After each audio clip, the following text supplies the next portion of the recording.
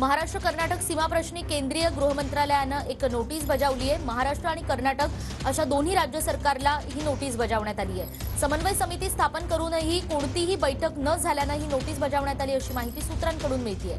दर 3 महिन्यामध्ये बैठक घेणं बंधनकारक असतं, मात्र आतापर्यंत एकही बैठक झालेली नाही आणि ही एकही बैठक न झाल्यानं केंद्रीय गृह मंत्रालयानं दोनही राज्यांच्या प्रशासनाला ही नोटीस बजावली आहे।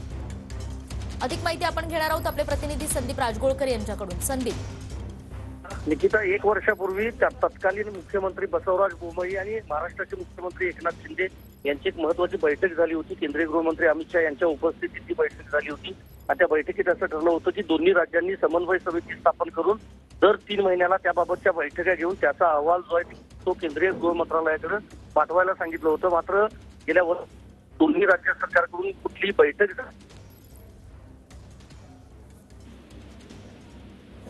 नोटीस बजावण्यात आली आणि या नोटिसीत असं म्हटलंय की उत्तर द्यावं।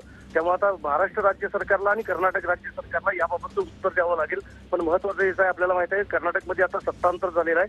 काँग्रेसचे सिद्धरामय्या हे तिथं आता मुख्यमंत्री आहेत आणि पूर्वी जे होते ते बसवराज बोम्मई हे भाजपचे होते। त्यामुळे कर्नाटक राज्य सरकार आता काही उत्तर देतं का हे बघावं लागेल आणि महाराष्ट्र राज्य सरकार देखील या नोटिसीला काय उत्तर नेमकं देतं हे बघावं लागेल। अगदीच संदीप, धन्यवाद या सगळ्या सविस्तर माहितीसाठी। तर दोनही राज्यांना ही नोटीस बजावण्यात आलेली आहे।